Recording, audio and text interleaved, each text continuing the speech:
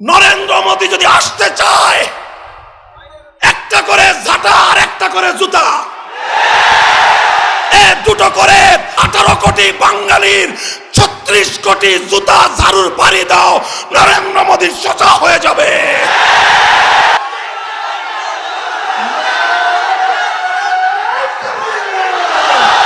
আল্লামা মামুনুল হক,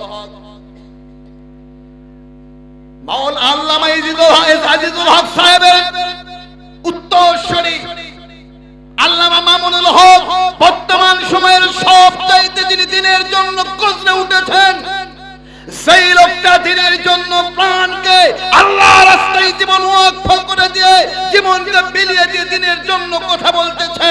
ঠিক সেই মুহূর্তে এই লোকটা একটা গাড়িতে চড়ছে যার নাম 1 কোটি টাকা, আর ওদের গায়ে শুরু হয়ে গেছে 440 ডিগ্রি জ্বর। কয় মামুনুল হক এত টাকা পেল কই? টাকা দিয়েছে তোর বাড়িতে, ডাকাতি দিয়ে গাড়ি কিনছে। কে আলেম ওলামা সংকীর্ণ মন থেকে বের হয়ে এসেছে। আলেমদেরকে স্বয়ং আল্লাহ ভালোবেসেছে, আল্লাহ রাসূল ওয়ালি বানিয়ে দিয়েছেন। আলেমদেরকে তোমার করোনার সাউরির দিকে চাইতে হবে না, আল্লাহ পাক আলেমদেরকে সর্বদিক দিয়ে আল্লাহ পাক সাহায্য করবেন। বলুন ঠিক না ঠিক? আলহামদুলিল্লাহিল আকরাম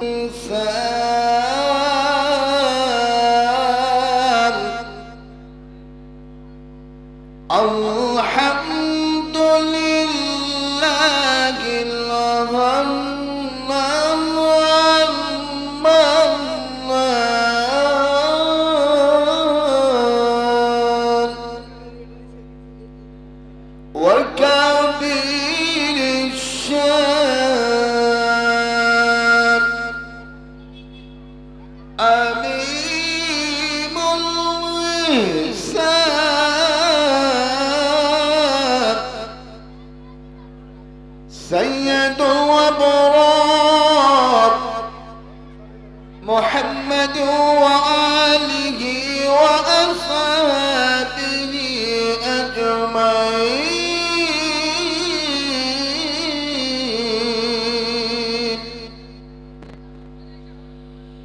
أعوذ بالله من الشيطان الرجيم.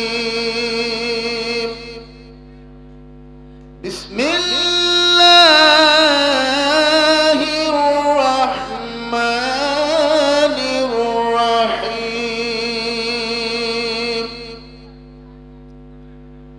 ومن يهاجر في سبيل الله يجد في الأرض مراغما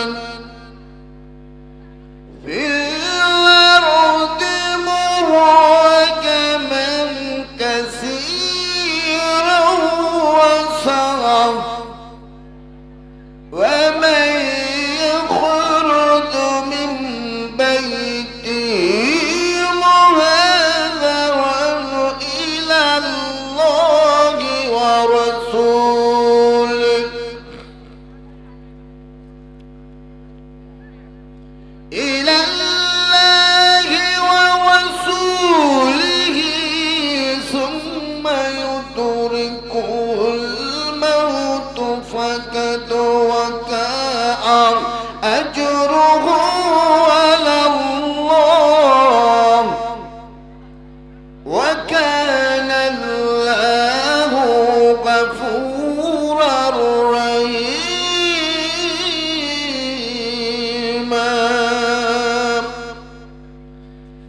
بسم الله الرحمن الرحيم. عن أنس رضي الله عنه عن النبي صلى الله عليه وسلم قال لا يؤمن أحدكم حتى يحب لأخيه ما يحب لنفسه. رواه البخاري. আল্লামা মামুনুল হক, আল্লামা আজিজুল হক সাহেবের উত্তরসূরি আল্লামা মামুনুল হক বর্তমান সময়ের সবচাইতে যিনি দিনের জন্য গর্জে উঠেছেন, প্রাণকে আল্লাহ রাস্তায় জীবন ওয়াকফ করে দিয়ে জীবনকে বিলিয়ে দিয়ে দিনের জন্য কথা বলতেছে, ঠিক সেই মুহূর্তে এই লোকটা একটা গাড়িতে চড়ছে যার নাম 1 কোটি টাকা, আর ওদের গায়ে শুরু হয়ে গেছে 440 ডিগ্রি জ্বর। কয় মামুনুল হক এত টাকা পেল কই? ডাকাতি দিয়েছে, তোর বাড়িতে ডাকাতি দিয়ে গাড়ি কিনছে। কে আলেম ওলামা সংকীর্ণ মন থেকে বের হয়ে এসেছে, আলেমদেরকে স্বয়ং আল্লাহ ভালোবেসেছে, আল্লাহ রাসূল ওয়ালি বানিয়ে দিয়েছেন। আলেমদেরকে তোমার করোনার সাউরির দিকে চাইতে হবে না, আল্লাহ পাক আলেমদেরকে সর্বদিক দিয়ে আল্লাহ পাক সাহায্য করবেন। বলুন ঠিক না ঠিক? ভবিষ্যতের কোন কাজ করতে চায় তার দায়িত্ব হলো ইনশাআল্লাহ বলা। কি বলা? ইনশাআল্লাহ বলা। ইনশাআল্লাহ না বলার কারণে দুইজন নবী বড় মুসিবতের ভিতরে পড়েছিলেন। আমাদের নবী মুহাম্মদ সাল্লাল্লাহু আলাইহি সাল্লামকে কুফফারদের লিডারের প্রেরণকৃত কয়েকজন ব্যক্তিকে জিজ্ঞাসা করেছিল, মুহাম্মদ সাল্লাল্লাহু আলাইহি সাল্লাম, তুমি নবী বলে দাবি করেছো, যদি সত্যিই তুমি নাম নবী হয়ে থাকো তাহলে আমাদের 3টা প্রশ্নের উত্তর দিতে হবে। 1 নম্বর প্রশ্ন করেছিল, ওই 7 জন যুবকদের কাহিনী তোমাকে বলতে হবে যারা গর্তের ভিতরে বেশ কয়েক শত বছর ঘুমিয়েছিল। 2য় নাম্বার প্রশ্ন করেছিল, অবশ্যই বলতে হবে আল্লাহ পাক কোন ব্যক্তিকে মাশরিক থেকে মাগরিব পর্যন্ত পরিভ্রমণ করেছিল। 3 নাম্বার প্রশ্ন করেছিল যে রূহ শব্দের অর্থ কি। এই 3টি প্রশ্নের যদি তুমি জবাব দিতে পারো আমরা তোমাকে নবী বলে স্বীকার করে নিব। আল্লাহ রাসূল সাল্লাল্লাহু আলাইহি সাল্লাম উত্তরে বলেছিলেন, আমি আগামী কাল তোমাদের প্রশ্নের জবাব দেব। রাসূল কি বলেন নাই? এর কথা বলেন, কি বলেন নাই? আল্লাহ পাক বলেন, ওয়ালা তাকুলান্না লিশাইইন ইন্না ফাইলুন যালিকা গাদা। বলুন আল্লাহু আকবার। আল্লাহ পাকের রাসূলের উপর হিম্মত হয়ে গেল। 1 নয় 2 নয় 3 নয় 15 দিন পার হয়ে গেল, নবীর প্রতি ওহী আসে না, নবী উত্তর দিতে পারে না। আল্লাহর নবী বড় ভারাক্রান্ত হৃদয় নিয়ে আল্লাহর কাছে হাত তুলে প্রার্থনা করে, মাবুদ কেন তুমি ওহী দাও নাই? আমি আমার ওই কওমদের লোকের প্রশ্নের উত্তরগুলো দিতে পারি না, আপনি কেন আমার প্রতি ওহী নাযিল করেন না? আল্লাহ রাব্বুল আলামিন আয়াতে কারিমা নাযিল করে যে জানিয়ে দিলেন, ও নবী যখন কখনোই তুমি বলবা না আগামী কাল আমি ওই কাজটা করব, আল্লাহ বলেন ইল্লা আইয়াশাআল্লাহ, ইনশাআল্লাহ ছাড়া কখনোই তুমি বলবা না আগামী কাল ওই কাজটা করব। আল্লাহ পাক নবীকে 15 আলফাজে শিখিয়ে দিচ্ছেন, নবী হে যদি তুমি ইনশাআল্লাহ পড়তে ভুলে যাও, যখন তোমার মনে হবে তখনই তুমি বলে নিবা ইনশাআল্লাহ। আল্লাহ নবী আর একজন আল্লাহ রাসূল বলেন, একজন নবী হযরত সুলাইমান আলাইহিস সালাতু সালাম যিনি হলেন ক্ষমতাসীন ছিলেন একজন নবী। সেই নবী ছিলেন জিনদের পরিচালক, সেই নবী ছিলেন পিপীলিকাদের পরিচালক। এত ক্ষমতাশীল একজন নবী হযরত সুলাইমান আলাইহিস সালাতু সাল্লাম সম্পর্কে আল্লাহর নবী বলেন, লা তাওয়াফান্না লাইলাতুন আলা মিআতুন ইমরাতুন তালিদা ইমরাতিন মিনহুন্না গুলামান ইউকাতিলু ফি সাবিলিল্লাহ। বলুন আল্লাহু আকবার।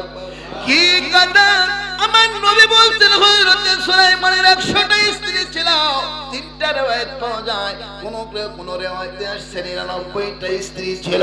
আল্লাহর নবী বলেন হযরত সুলাইমানের 100 জন স্ত্রী ছিল।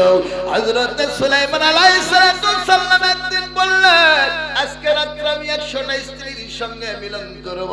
100টা স্ত্রীর পেট থেকে 100টা পুত্র সন্তান হবে। 100টা পুত্র সন্তান আমি আল্লাহর রাস্তায় জিহাদ করাবো। কিন্তু হযরত সুলাইমান ইনশাআল্লাহ বলে না। না বলবার কারণে আল্লাহ পাক ধারণের ক্ষমতা দিয়ে দিলেন। একটা স্ত্রীর পেটে বাচ্চা এসেছিল, আর ওই বাচ্চাটা হয়েছিল একটা বিকলাঙ্গ বাচ্চা।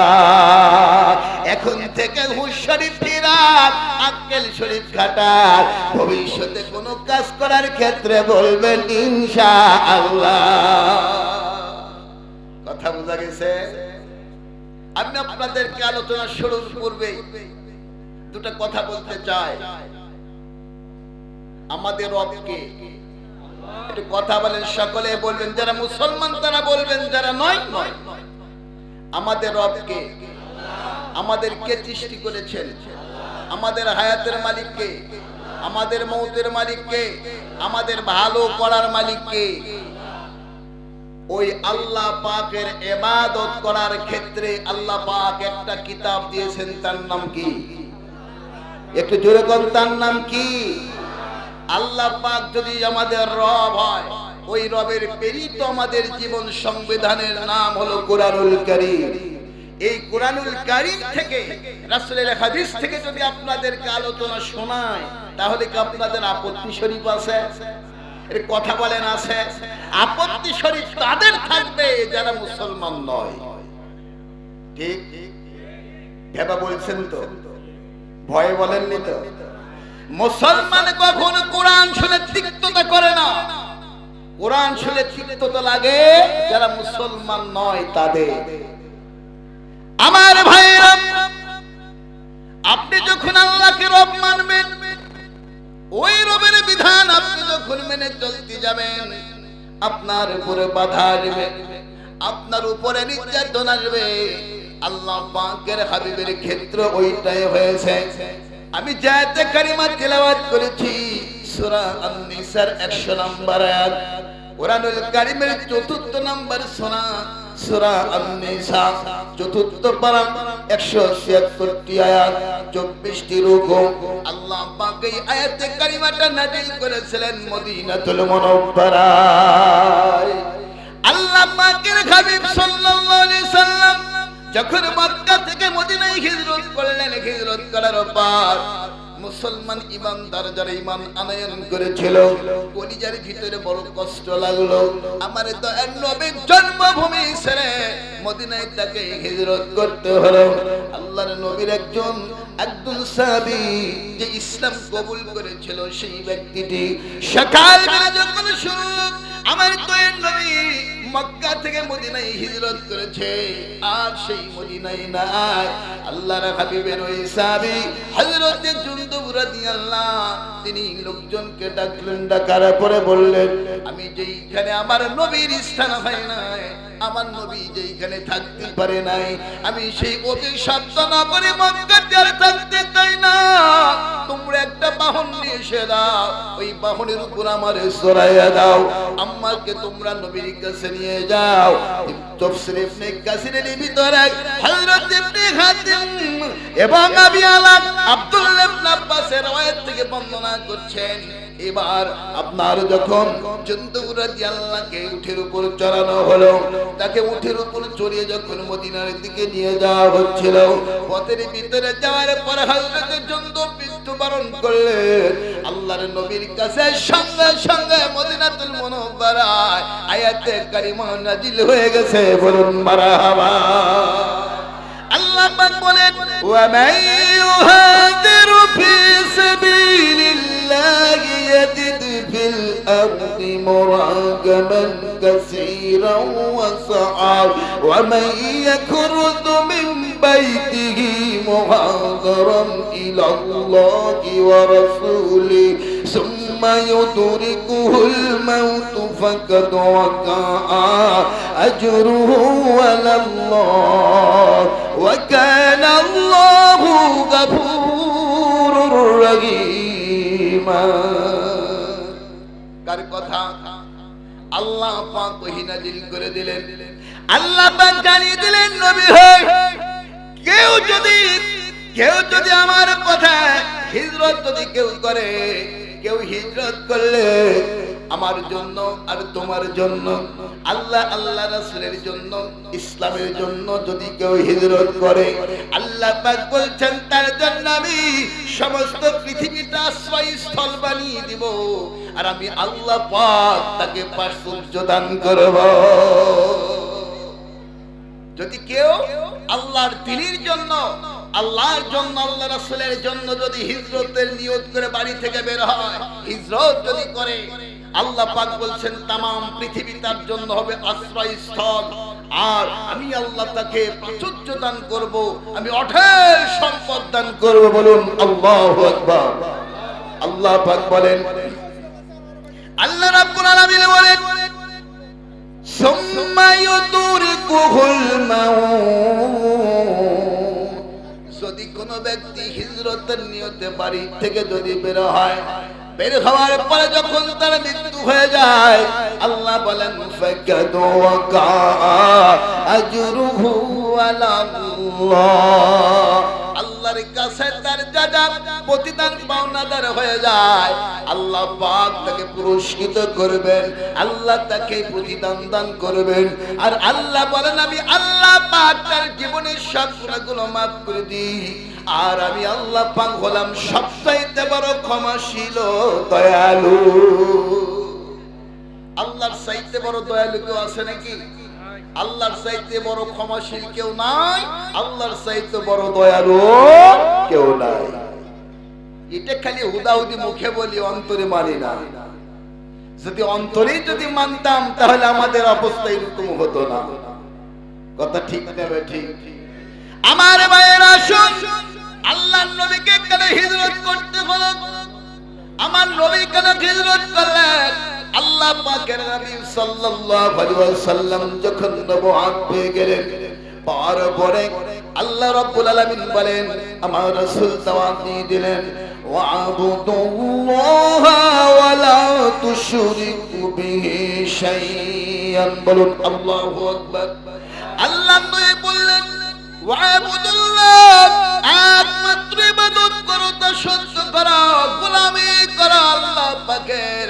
খবরদার তোমরা আল্লাহর সঙ্গে শিরিক করো না, আল্লাহর সমকক্ষ তৈরি করো না, লাত উজ্জা মানত এইগুলোর তোমরা হবলের পূজা করো না, সবগুলো ছেড়ে দিয়া কেবলমাত্র আল্লাহ পাকের গোলামি করো, আল্লাহ পাকের দাসত্ব করো, আল্লাহর বিধান মেনে চলো। এই কথা বলার সঙ্গে সঙ্গে আল্লাহ রাসূলের প্রতি চতুর্দিক থেকে মার্কেটিং শুরু হয়ে গেল। সমাজপতিরা, ওই কুফারদের লিডাররা, এরা আর সইতে পারল না, রাসূলের বিরুদ্ধে এবার চক্রান্ত শুরু হয়ে গেল। আল্লাহ নবীকে বিভিন্ন ভাবে যখন তারা বিভিন্ন ভাবে আক্রমণ শুরু করলো, নবীর উপর যখন বিভিন্ন ভাবে জুলুম শুরু হয়ে গেল, বাধা শুরু হয়ে গেল, আল্লাহ পাক বলেন, ওয়া মা আরসালনা মিন ক্বাবলিকা মির রাসূলিন ইল্লা নুহি ইলাইহি ইন্নাহু লা ইলাহা ইল্লা আনা ফাবুদুন। আল্লাহ পাক বলছেন, নবী তোমার পূর্বে যত নবী রাসূলগুলো দুনিয়ায় এসেছিল, ওদেরও একটাই মাত্র মিশন ছিল। এদের সর্বপ্রথম যে ডায়লগটা ছিল, সর্বপ্রথম যে দাওয়াতটা ছিল, এই দাওয়াতটা হলো আল্লাহ ছাড়া কোনো ইলাহ নাই, আল্লাহ ছাড়া কোনো রব নাই, আল্লাহ ছাড়া কোনো প্রভু নাই, আর আল্লাহ তোমরা একমাত্র দাসত্ব করো, আল্লাহ পাকের ইবাদত করো। আল্লাহ পাক বলেন, নবী তোমার মত অন্যান্য নবীদের প্রতি আমি এই ওহী নাজিল করেছিলাম, ওরা এই দাওয়াতটাই দিয়েছিলাম। নবী তুমি মন খারাপ করো না, নবী রাসূলদের এটা হলো সর্বপ্রথম মিশন। চিৎকার দিয়ে বলুন সুবহানাল্লাহ। আমার ভাইরা, আল্লাহ পাকের পরে বলছেন, ওয়া ইয়াকাদুল্লাযীনা কাফারু লা ইউযলিকুনাকা বিআবসারিহিম লাম্মা সামি'u যিকরা ওয়া ইয়াকুলুনা ইন্নাহু লামাজনুন। বলুন আল্লাহু আকবার। আল্লাহ পাক বলছেন, নবী তুমি যখন চলো, তুমি যখন দ্বীনের দাওয়াত দাও, তোমাকে যখন এই কাফেরের বাচ্চাগুলো দেখে তোমার দিকে বড় বড় চোখ করে তাকায়, আর ওদের চোখের চাহনি দেখে মনে হয় ওরা চোখের চাহনিয়ে তোমাকে হত্যা করে ফেলবে, আর ওরা তোমাকে পাগল বলে। এই কথা কে বলছেন? একটু কথা বলেন, কে বলছেন? আল্লাহ বলছেন, আমার নবী যখন চলতো, আমার নবী যখন দিনে দাওয়াত দিতেন, কলেমার দাওয়াত দিতেন, তখন কাফেররা আমার নবীর দিকে এমন ভাবে তাকাতো, এমন ভাবে দৃষ্টি দিত, তাদের দৃষ্টি দেখে মনে হয় ওরা দৃষ্টি দিয়ে নবীকে হত্যা করে ফেলবে, আর আমার নবী করা পাগল বলেছিল। আজকেও যারা ইমানের উপর থাকতে চায়, আজকে যারা দ্বীনের উপর থাকতে চায়, আজকেও যারা হকের উপর থাকতে চায়, এইগুলো আলেমদেরকে নিয়ে আজকে আমাদের সমাজে ক্রিটিসাইজ করা হয়। কথা ঠিক না ঠিক? আল্লাহর রাসূলের ওয়ারিসদেরকে ক্রিটিসাইজ করা হয়। আল্লাহ পাক আলেমদের সম্পর্কে সার্টিফিকেট দিয়েছেন। আল্লাহ বলেন, ইন্নামা ইয়াখশাল্লাহা মিন ইবাদিহিল উলামা। কে বলছেন? কথা বলেন, কে বলছেন? আল্লাহ বলছেন, আমার বান্দাদের মধ্যে সবচাইতে বেশি আমাকে ভয় করে, আমার বান্দাদের মধ্যে সবচাইতে আমাকে বেশি মূল্যায়ন করে যারা আলেম ব্যক্তি, তারা বলেন আল্লাহু আকবার। আল্লাহ রাসূল সাল্লাল্লাহু আলাইহি সাল্লাম বলেন, আল উলামা ওয়ারাসাতুল আম্বিয়া, যারা হক্কানি আলেম হবে, যারা হক্কানি দ্বীনের খাদিম হবে, এরা হলো আমি রাসূল, আমার ওয়ারিস। আজকে ওয়ারিসদেরকে নিয়ে ব্যঙ্গ করা হয়। আমাদের দেশের এক শ্রেণীর মানুষ মনে করে মোল্লা মুন্সিরা ভালো হয়ে চলবে কেন? ওরা জুব্বা পরবে, টুপি পরবে, বড় লম্বা দাড়ি রাখবে, মসজিদে থাকবে, দোমর দিব, ওরা ওটাই খাবে। আমাদের দয়ার উপর ওরা বেঁচে থাকবে। আজকে মোল্লাদের এত টাকা হয় কা? আজকে মোল্লাদের এত সম্পদ হয় কা? আজকে মোল্লারা এত ভালোভাবে চলতে পারে কা? এই নিয়ে এক শ্রেণীর, বাংলাদেশের এক শ্রেণীর মানুষদের, যেমন করোনাতে গোটা বিশ্ব করোনাতে আক্রান্ত হয়েছে, আমার দেশের এক শ্রেণীর মুসলমানের ভিতরে করোনার মতো সংকীর্ণ মন নিয়ে এদের আচ্ছাদিত হয়ে গেছে। এই জন্য এমন বেদি ঢুকছে, এরা আলেম ওলামা দেখতেই পারে না। আলেম ওলামা দেখলে 440 ডিগ্রি জ্বর উঠে যায়। আল্লামা মামুনুল হক, আল্লামা আজিজুল হক সাহেবের উত্তরসূরি আল্লামা মামুনুল হক বর্তমান সময়ের সবচাইতে যিনি দ্বীনের জন্য গর্জে উঠেছেন, সেই লোকটা দ্বীনের জন্য প্রাণকে আল্লাহর রাস্তায় জীবন ওয়াকফ করে দিয়ে, জীবনকে বিলিয়ে দিয়ে দ্বীনের জন্য কথা বলতেছে। ঠিক সেই মুহূর্তে এই লোকটা একটা গাড়িতে চড়ছে, যার নাম 1 কোটি টাকা, আর ওদের গায়ে শুরু হয়ে গেছে 440 ডিগ্রি জ্বর। কয় মামুনুল হক এত টাকা পেল কই? টাকা দিয়ে দিয়েছে, তোর বাড়িতে ডাকাতি দিয়ে গাড়ি কিনছে। কে আলেম ওলামা সংকীর্ণ মন থেকে বের হয়ে এসেছে।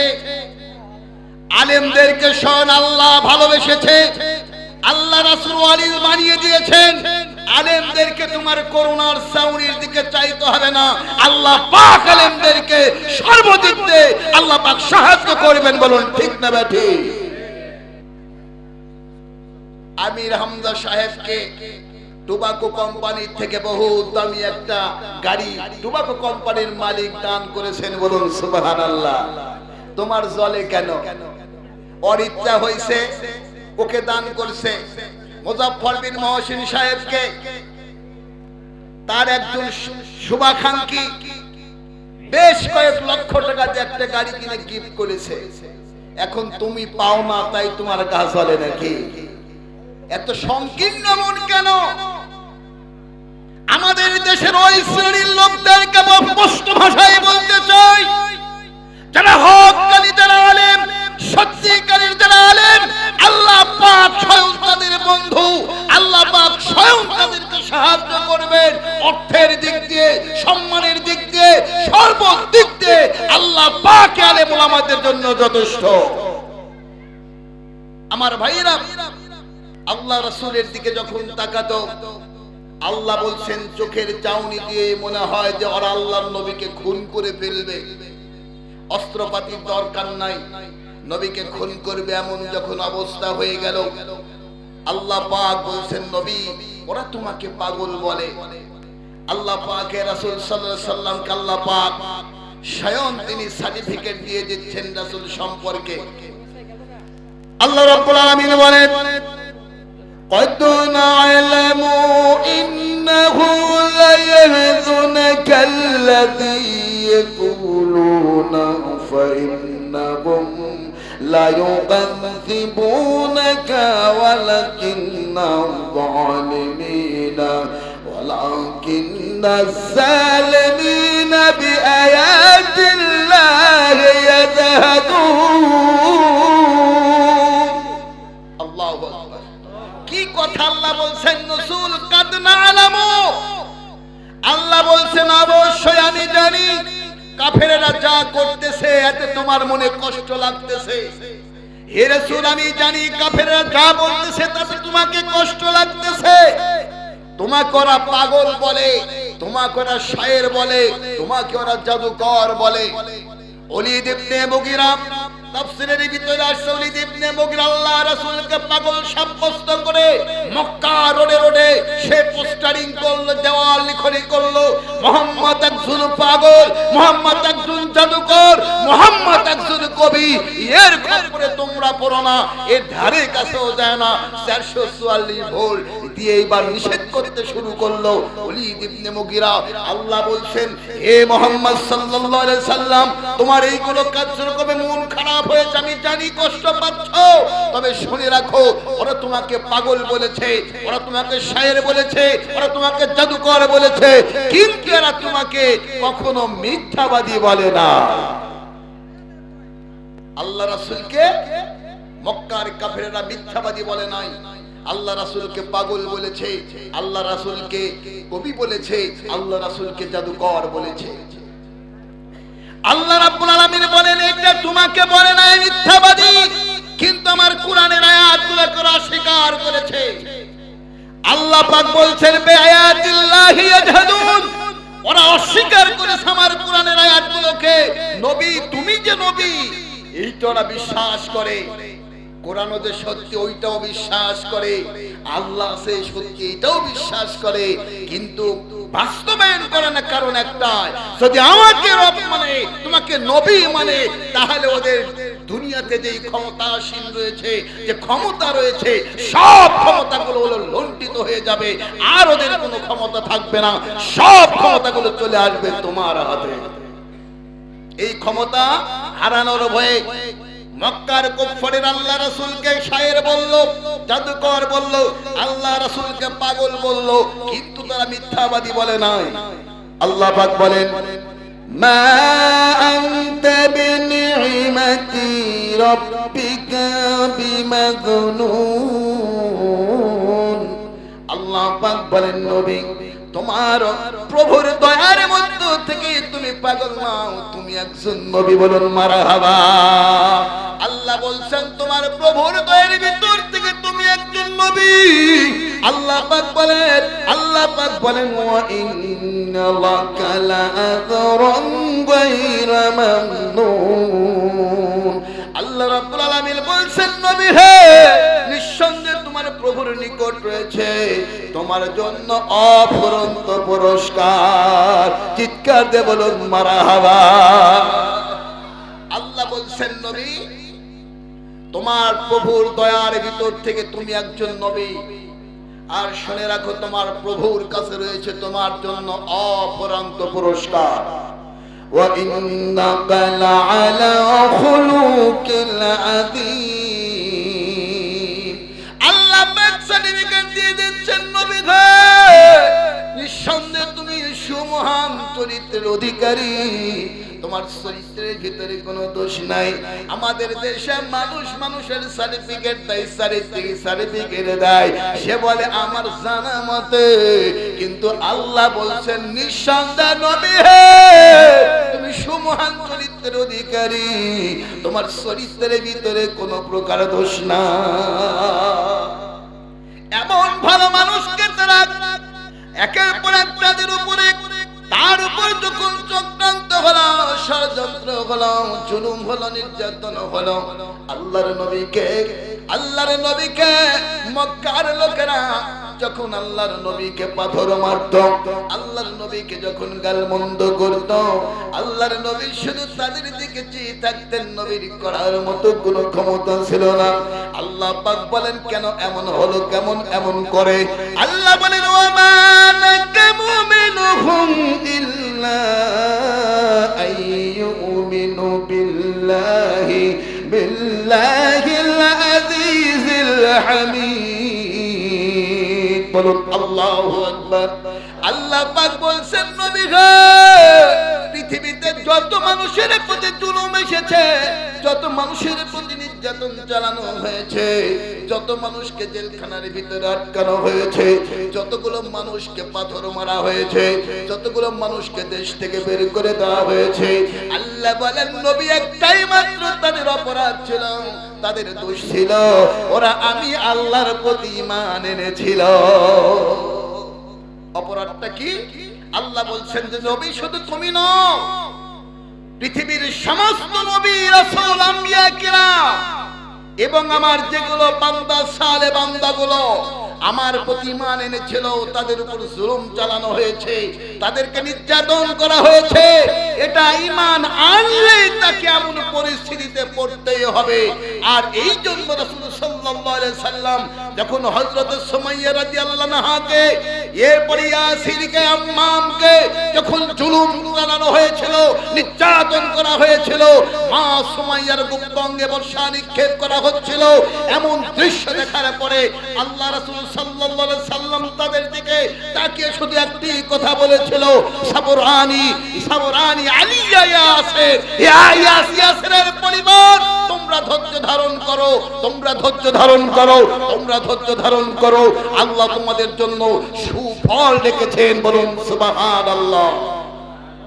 আল্লাহর প্রতি ঈমান আনার পরে যদি আপনার প্রতি জুলুম আসে, আপনাকে সবর করতে হবে আল্লাহর উপরে।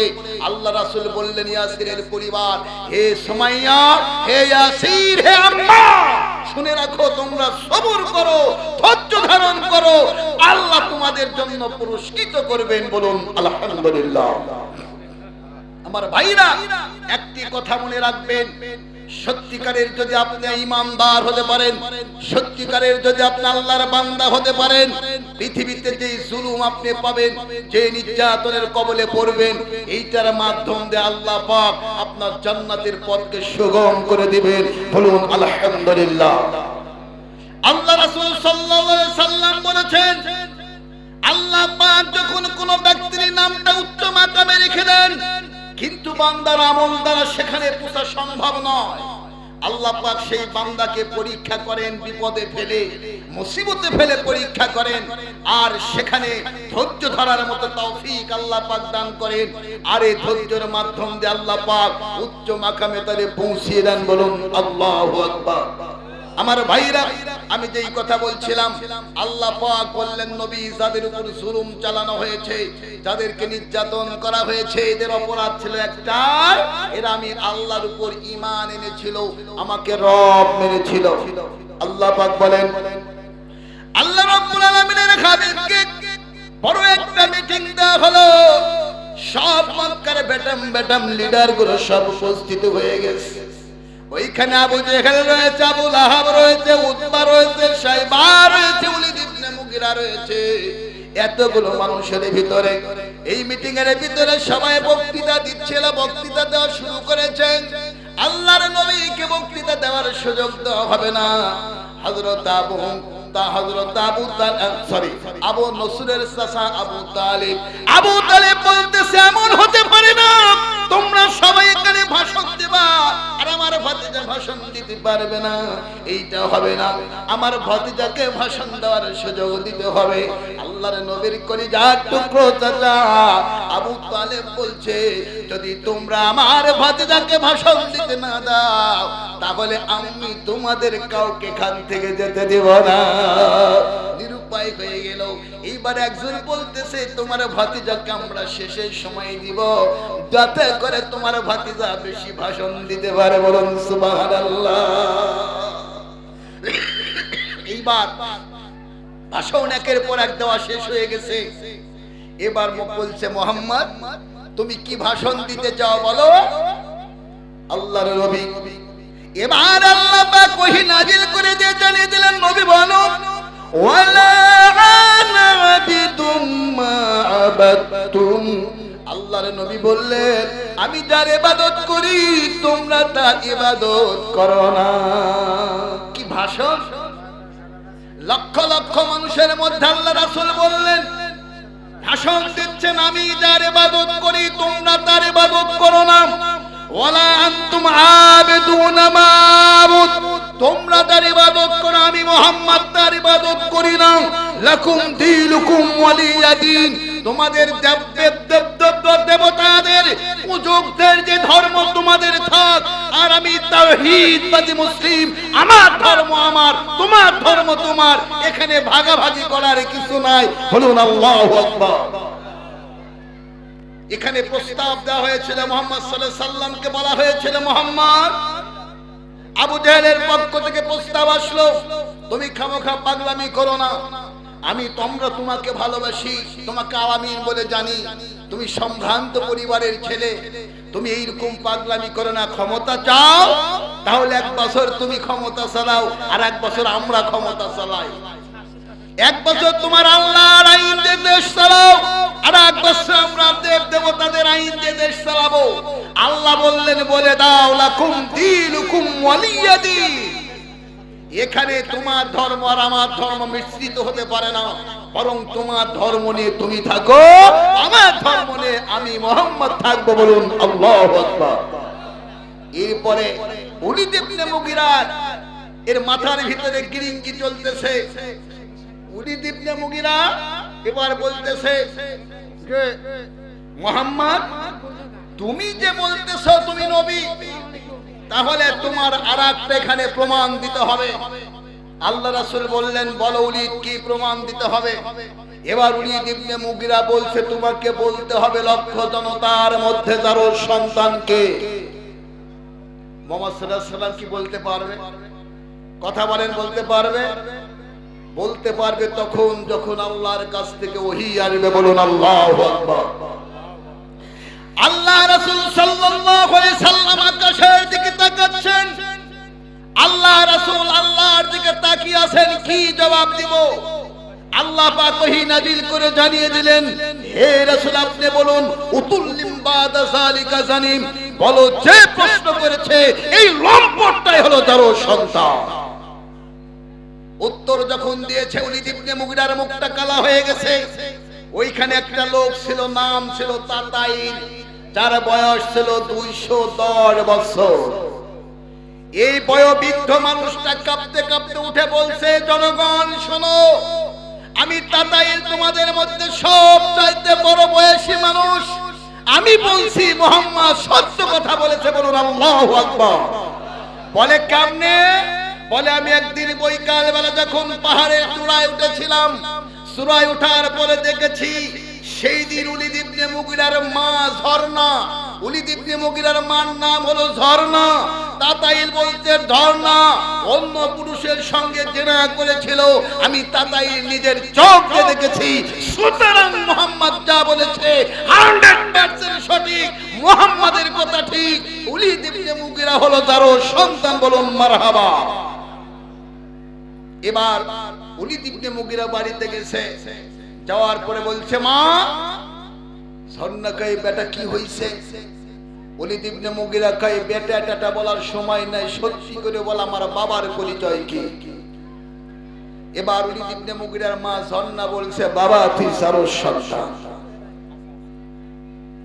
বিষয়টা কেমন হলো? খুব ভালো হয় নাই? ভালো হয়েছে না খারাপ হয়েছে?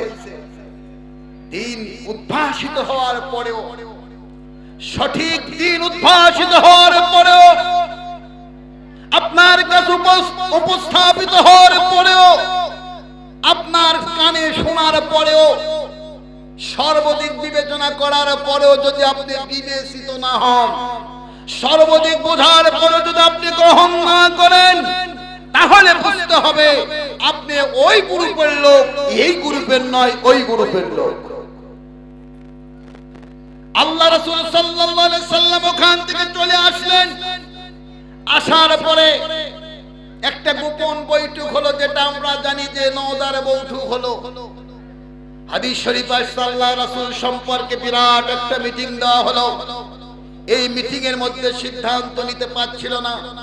কেউ বলছিল যে মুহাম্মদকে দেশ থেকে বের করে দিতে হবে, কেউ বলছিল মুহাম্মদকে আমরা জেলখানায় বন্ধ করে রাখবো, আবার কেউ বলছিল যে মুহাম্মদকে যদি এমন করতে যাওয়া যায় তাহলে ওর বংশ লোকগুলো আমাদের সঙ্গে বিদ্রোহ করবে। ঠিক সেই মুহূর্তে শয়তান ভালো মানুষের একটা নিবাস করলো, পরে বৈঠকে যোগদান করলো। করার পরে শয়তান বলছে, হয় তোমরা যা বলছো বলছো, আমি একটা কথা বলি, এই কথা যদি মানো তাহলে কল্যাণ হবে। সবাই বললো, বলো কি কল্যাণ হবে? বলে, ওরে তুমি দেশান্তরী করে লাভ হবে না, জেলখানায় বন্ধ করে লাভ হবে না, একে বন্দী করে লাভ হবে না। লাভ যদি করতে চাও তাহলে মুহাম্মদকে হত্যা করে ফেলাও, তাহলে সব জঞ্জাল মিটে যাবে। নাউযুবিল্লাহ। আল্লাহ যদি কারো মারতে না চায় কেউ মরবে? আল্লাহ যদি কাউকে মারতে না চান কেউ মারতে পারবে? আল্লাহ যদি কাউকে মারতে চান পৃথিবীর কোন ক্ষমতা দিয়ে আটকানো যাবে? মিয়ানমারের প্রধানমন্ত্রী অং সান সু চি কত একটা মেধাপূর্ণ নেত্রী ছিলেন তিনি কি ভেবেছিলেন সামরিক বাহিনীর হাতে সেটকা হতে হবে? হাইরে মুসলমানদেরকে কি নির্যাতন করলো! বারবার মুসলমানদেরকে এমন ভাবে সে নির্যাতন করলো, বারবার পুলিশগুলো মুসলিম নারীদেরকে সম্ভ্রম নষ্ট করেছে। মায়ের চোখের সামনে সন্তানকে উপর দিকে তুলে দিয়ে নিচে তরবারি দিয়ে হত্যা করেছে, ঘরে দরজা বন্ধ করে দিয়ে আগুন দিয়ে পুড়েছে। এই অং সান সু চি আজকে তার আল্লাহ পাক দুনিয়াতে শাস্তির নমুনা দেখাচ্ছে। কি ঠিক না ঠিক? আমার ভাইরা, আল্লাহকে চাইছে তুই বন্ধ করব, হয়ে গেছে। যদি কেউ এরকম করে আল্লাহ চাইলেও পারবেন কিনা? এবার এই সিদ্ধান্ত যখন তারা নিচ্ছিলেন, আল্লাহ পাক ওহী নাজিল করে রাসূলকে জানিয়ে দিচ্ছেন। আল্লাহ পাক বলেন, وَإِذْ يَمْكُرُ بِكَ الَّذِينَ كَفَرُوا لِيُثْبِتُوكَ أَوْ يَقْتُلُوكَ أَوْ يَخْرُجُوكَ وَيَمْكُرُونَ وَيَمْكُرُ اللَّهُ وَاللَّهُ خَيْرُ الْمَاكِرِينَ। আল্লাহ রাব্বুল আলামিন নবীকে জানিয়ে দিলেন, নবী হে, কাফেররা তোমার বিরুদ্ধে এরা ষড়যন্ত্র করেছে, ওরা তোমাকে বন্দী করতে চায়, ওরা তোমাকে হত্যা করতে চায়, ওরা তোমাকে দেশ থেকে বের করে দিতে চায়। ও নবী, আমি আল্লাহ পাক ওদের যে কৌশল করলো, আমি আল্লাহ ওদের বিপরীতে, আমি আল্লাহ পাক ওরা ষড়যন্ত্র করলো, আর আমি আল্লাহ পাক সুন্দর কৌশল করে নবীকে বাঁচিয়ে দিলাম। বলুন মারহাবা। সিদ্ধান্ত হয়ে গেছে, মারবে নবীকে। আল্লাহ রাসূল সাল্লাল্লাহু আলাইহি সাল্লাম আলীকে ডাকলেন, আলী রে, তুমি এসো আমার বাড়িতে, তুমি এসো। আবু বকরকে বললেন, আবু বকর, আমার কোন মুহূর্তে আমাকে হিজরত করা লাগতে পারে, তুমি রেডি থেকো। হযরত আলীকে আল্লাহর নবী বললেন, আলী, তুমি আমার ঘরের ভিতরে থাকো, আমি হিজরতের জন্য বের হয়ে যাব। হাদিস শরীফের ভিতরে আসছে, হযরত আলী আল্লাহর নবীকে বলছেন, জাম্মিলুনি জাম্মিলুনি জাম্মিলুনি, নবী আপনার এই চাদরটা, কম্বলটা আমারে দেন, আমি কম্বলটা মুড়ি দিয়ে আপনার বিছানায় শুয়ে পড়ব। আপনি এখান থেকে বের হয়ে যাবেন, কাফেররা আসবে আপনাকে মারার জন্য, কিন্তু এসে আপনাকে পাবে না, আমাকে আপনাকে মনে করে আমার উপর আক্রমণ করবে, আমি শহীদ হয়ে যাব। আর কিয়ামতের দিন আমি আল্লাহকে বলবো, মাবুদ, দুনিয়াতে কি ভালো কাজ করেছি না করেছি জানি নাই, তবে আমার জীবনের বিনিময় তোমার নবীকে আমি রক্ষা করার চেষ্টা করেছি। বলুন সুবহানাল্লাহ। আল্লাহ নবী বললেন, খোঁজ লও, নবী চাদরটা দিয়ে দিলেন। হযরত আলী কাররামাল্লাহু তিনি চাদরটা কম্বলটা মুড়ে দিলেন, মুড়ে দিয়ে তিনি বিছানায় শুয়ে পড়লেন। কাফেররা চতুর্দিকে ঘেরাও করে রেখেছে। আল্লাহ রাব্বুল আলামিন বলেন, আমি আমার নবীকে বললাম, নবী তুমি এখান থেকে ঘর থেকে বের হয়ে যাও। ফাআকুশাইনাহুম ফাহুম লা ইউবসিরুন। বলুন আল্লাহু আকবার। আল্লাহ বলেন, ওরা চতুর্দিকে তো ঘেরাও করে রেখেছে, আমি আমার নবী ওদের মাঝখান থেকে বের করে নিয়ে আসলাম, কিন্তু কাফেরের বাচ্চারা আমার নবীকে দেখতে পায় না। আল্লাহর নবী বের হয়ে চলে আসলেন। আল্লাহর নবী মদিনার দিকে রাস্তা নিলেন। হযরত আবু বকরকে সঙ্গী করে মদিনার দিকে যাচ্ছেন। সকালবেলা যখন কাফেররা দেখলো আল্লাহর নবী বাড়িতে নাই, আল্লাহর নবী বাড়ি থেকে বের হয়ে চলে গেছেন, এইবার ওলীদ ইবনে মুগীরার গায়ে বড় জ্বলতেছিল। ওলীদ ইবনে মুগীরা ওই যে দারুস সন্তান প্রমাণ করেছিল, মুহাম্মদ আমাকে দারুস সন্তান প্রমাণ করেছে, আমি শিল্পপতি মানুষ, কোটিপতি মানুষ, আমি সম্ভ্রান্ত মানুষ, আমার ইজ্জত লুণ্ঠিত হয়েছে। এইবার ওলীদ ইবনে মুগীরা ঘোষণা করে দিল যে মুহাম্মাদের কল্লামা কিনে দিতে পারবে। আমি ঘোষণা করলাম 100টা সব চাইতে মক্কার তরু তাজা উট তারে পুরস্কার দিয়ে দিব। ওলীদ ইবনে মুগীরা ঘোষণা করলো, যে ব্যক্তি মুহাম্মাদের কল্লা কেটে আমাকে দিতে পারবে 100টা মক্কার সব চাইতে তাজা উট তারে পুরস্কার দিব। এবার মক্কা শরীফের ভিতরে সব চাইতে একজন লোভী মানুষ ছিল, নওজোয়ান ছিল, নাম হলো সুরাকা বিন মালিক। বুখারীর হাদিস, সুরাকা বিন মালিক এমনই মস্তান, আমাদের দেশে দেখবেন যখন যেই দল ক্ষমতায় থাকে ওই দলের বড় বড় মস্তান গজা। কি ঠিক না ঠিক? যদি আপনার এখানে কোনো এই মাসির পাড়া যদি কোনো বিল্ডিং হয়, মস্তানগুলো এসে বলে মাই নেম ইজ অমুক, ক্ষমতাসীন দলের আমি অমুক, এখানে বিল্ডিং এর কন্ট্রাকশনে কাজ যদি তুমি করতে চাও শতকরা 10% আমাকে দিতে হবে, যদি দাও তো কাজ হবে, নয়তো ভেঙে ফেলাই দেব। হয় কি না? এই রকম মস্তান হলো সুরাকা বিন মালিক। আবু জেহেল, আবু লাহাব, উতবা, শাইবা, ওলীদ ইবনে মুগীরা এদের সবচাইতে বড় হাতিয়ার মস্তান সুরাকা বিন মালিক। সুরাকা বিন মালিক 100টা উট পাবার লোভে আল্লাহ রাসূলের পিছনে পিছনে রাস্তা ধরেছে। সুরাকা বিন মালিক ঘোড়ায় চড়ে তরবারি নিয়ে আল্লাহর নবীকে মারার জন্য এবার রওনা দিয়েছে। যখন সুরাকা বিন মালিক আল্লাহর নবীকে দেখতে পেল, আল্লাহ রাসূল সাল্লাল্লাহু আলাইহি সাল্লামকে দেখতে পেল, ইসনা আশারাতা মাইনা মিনাল মদিনা। হাদিস শরীফের ভিতরে আসছে আল্লাহ রাসূল বলেন, ইসনা আশারাতা মাইনা মিনাল মদিনা, মদিনা শরীফ থেকে 12 মাইল দূরে যখন পৌঁছে গেলা, পিছন দিক থেকে সুরাকা বিন মালিক তোমাকে মারবার জন্য তরবারিটা বের করেছে। বের করার সঙ্গে সঙ্গে আল্লাহ পাক সুরাকা বিন মালিকের ঘোড়ার পা পাথরের ভিতরে আটকে দিয়েছে। সুরাকা বিন মালিক বলে, বাঁচাও বাঁচাও। আল্লাহর নবী কই, কেডা বাঁচাও? আমি তো মক্কা থেকে মদিনায় পালিয়ে যাচ্ছি, আমার চাইতে বিপদে কে পড়েছে? পিছন দিকে তাকিয়ে দেখতে দেয় সুরাকা বিন মালিক। আল্লাহর নবী বলছেন, সুরাকা বিন মালিক তুমি কেন আমার পিছনে ধাওয়া করেছো?